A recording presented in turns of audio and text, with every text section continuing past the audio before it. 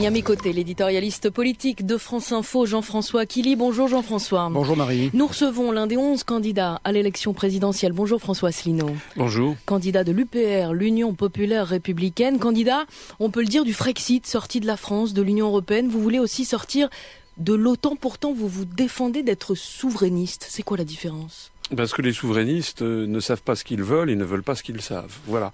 C'est-à-dire que Madame Le Pen, Monsieur Dupont-Aignan, Monsieur Mélenchon, dont on pourrait dire d'une certaine façon qu'il est un souverainiste de gauche, proposent toujours, critiquent tous l'Union européenne et l'euro, mais ne proposent jamais d'en sortir comme vont le faire les Britanniques, comme ont décidé de le faire les Britanniques, c'est-à-dire de façon juridique et sereine, par la mise en œuvre de l'article 50 du traité de l'Union européenne. Pourquoi c'est la solution selon vous ? Parce que sortir de l'Union européenne nous permettrait d'avoir des quantités d'avantages.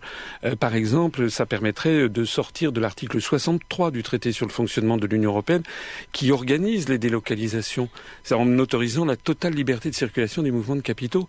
Il n'y avait pas de délocalisation avant le traité de Maastricht. C'est un mot qui est apparu dans la langue française en 1993, avec la première délocalisation qui était d'une société qui fabriquait des aspirateurs à Dijon, qui était la société Hoover, qui s'est délocalisée en mettant à profit pour la première fois en France le nouvel article qui était dans le traité de Maastricht. Donc si on veut lutter contre les délocalisations, il n'y a pas d'autre moyen. On peut être seul. Pourtant, Jean-François. Pardonnez-moi, Marine Le Pen tient ce discours très anti-européen. Elle l'incarne même dans cette campagne présidentielle et bien avant. Alors bien avant, écoutez, moi je vous conseille d'aller regarder par exemple sur Internet et par exemple sur notre site upr.fr, qui soit dit en passant est le site le plus consulté de tous les partis politiques français. Je vous conseille d'aller regarder la profession de foi de Madame Le Pen en 2012, aux dernières élections présidentielles. Il n'était même pas question de l'euro.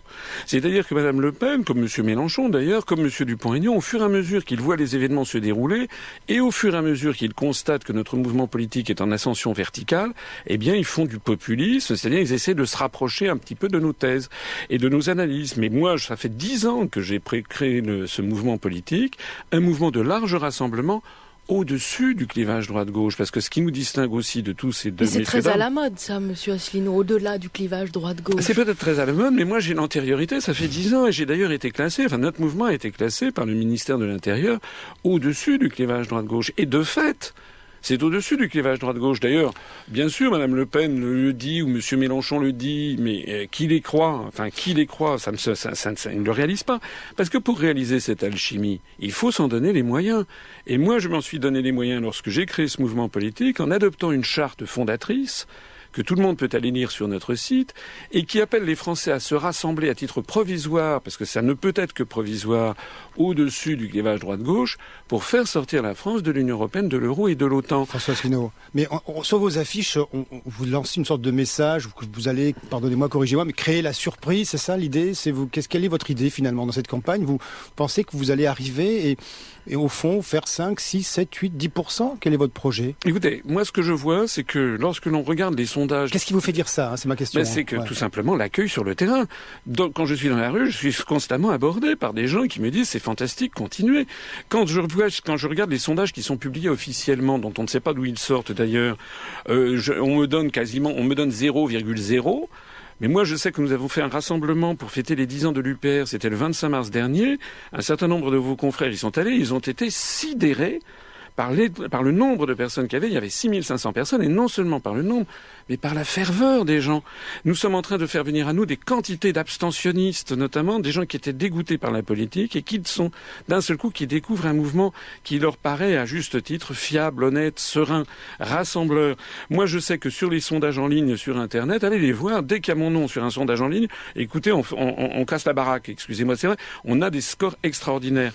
Et je pense, comme je vois l'accueil sur le terrain, je pense qu'effectivement, on va faire un score qui va démentir complètement les sondages officiels. Mais bon, ça ne sera pas nouveau. Regardez les sondages sur le Brexit ou sur Donald Trump, ils étaient tous complètement trompés. Quel est votre objectif ? Est-ce que vous avez un objectif au premier tour, sachant que aux européennes, vous aviez fait de moins 1% en 2014, moins de 1% au régional également en 2015 ? Oui, mais est-ce que vous avez un objectif ? Alors au régional de 2015, nous avions rassemblé 190 000 électeurs, ce qui faisait 0,9% des suffrages. C'est vrai que ça n'est pas énorme, mais Mais d'abord, il n'y avait pas eu de campagne, puisqu'il y avait eu les attentats du 13 novembre, la campagne électorale n'avait pas eu lieu. Deuxièmement, je n'étais absolument pas médiatisé. C'est un mouvement qui, n'ayant pas eu accès aux grands médias, s'est développé essentiellement par Internet. Et faire 0,9% des suffrages, si 90% des gens vous connaissent, c'est pas beaucoup, mais si 2% des gens vous connaissent, c'est vraiment énorme. Et là, grâce à cette campagne présidentielle, où de plus en plus de gens maintenant me connaissent et qu'on commence à avoir une notoriété nationale, je pense, en faisant une règle de 3, qu'on peut faire un score tout à fait impressionnant. Vous n'êtes pas non plus un grand révolutionnaire. Vous avez fait l'ENA, vous êtes un énarque. Mais j'ai pas dit que j'étais... moi, je pense que... Vous savez, je m'inscris dans l'histoire de France. Je suis absolument convaincu que les Français, France, ça veut dire le pays des hommes libres, les Français ne peuvent pas durablement rester dans un pays qui est sous tutelle étrangère. Voilà. Or, nous sommes sous tutelle étrangère. Vous avez une obsession américaine un peu. Non. Quand vous parlez de tutelle étrangère. Mais pas seulement. On vous accuse de complotisme. Oui, bien sûr. Vous êtes très anti-américain quand même. Non, écoutez, nous avons 65 adhérents expatriés parfois depuis des années aux États-Unis. Si vous regardez aux États-Unis, vous avez des dirigeants américains qui sont des responsables américains. Je pense à Paul Craig Roberts, à Noam Chomsky, à William Bloom, etc. Des intellectuels qui sont beaucoup plus sévères que moi contre leur propre gouvernement. Mais moi, quand je dis que nous sommes sous tutelle étrangère, je cite 3 institutions, la Commission européenne à Bruxelles, la Banque centrale européenne à Francfort et l'OTAN qui est sous la tutelle de Washington. Écoutez, tous les Français ont bien compris que nous ne sommes plus la France de temps de Charles de Gaulle. Nous n'avons plus la diplomatie gaullienne, nous n'avons plus l'indépendance nationale. C'est votre référence, Charles de Gaulle ? Écoutez, nous sommes en ce moment dans une campagne... C'est la référence de tous. Oui, mais tout le monde dit vive le général. Oui, d'accord, mais nous sommes... Je sais, de Gaulle l'avait d'ailleurs dit. Tout le monde est ou sera gaulliste. Mais la différence entre moi et les autres, c'est que moi, je cite la Constitution française. L'article 5 fixe comme pouvoir du président de la République qu'il doit être le garant de l'indépendance nationale. Et moi, j'aimerais savoir comment les autres candidats vont garantir l'indépendance nationale. Et moi, je l'ai dit, tant que nous serons sous les traités européens, avec la Commission européenne, la Banque centrale européenne et l'OTAN, nous n'avons plus d'indépendance nationale. Alors, un mot rapide, il y a un débat télé demain soir. 11 candidats sur une seule émission. Qu'est-ce que vous allez faire là-dedans ? Vous voulez renverser la table, c'est ça ? Non, mais écoutez, je vais voir comment les choses vont se passer. Et puis on va essayer que le débat se passe correctement. Mais simplement, comme je le suis d'habitude, je suis quelqu'un de posé, de serein. Et puis vous savez, j'ai été délégué à l'intelligence économique au ministère des Finances. Ça veut dire qu'on a reconnu en moi depuis des années une capacité à voir loin et à connaître mes dossiers.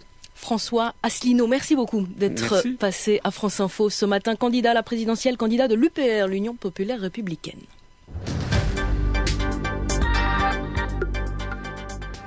Retrouvez nos analyses, nos propositions, adhérez ou faites un don sur upr.fr. Retrouvez-nous aussi sur Facebook pour partager des idées et participer au direct. Twitter pour suivre les réactions de François Asselineau au jour le jour. YouTube pour ne rater aucune de nos vidéos. Pour nous aider à rétablir la démocratie, poussez-nous, abonnez-vous, partagez.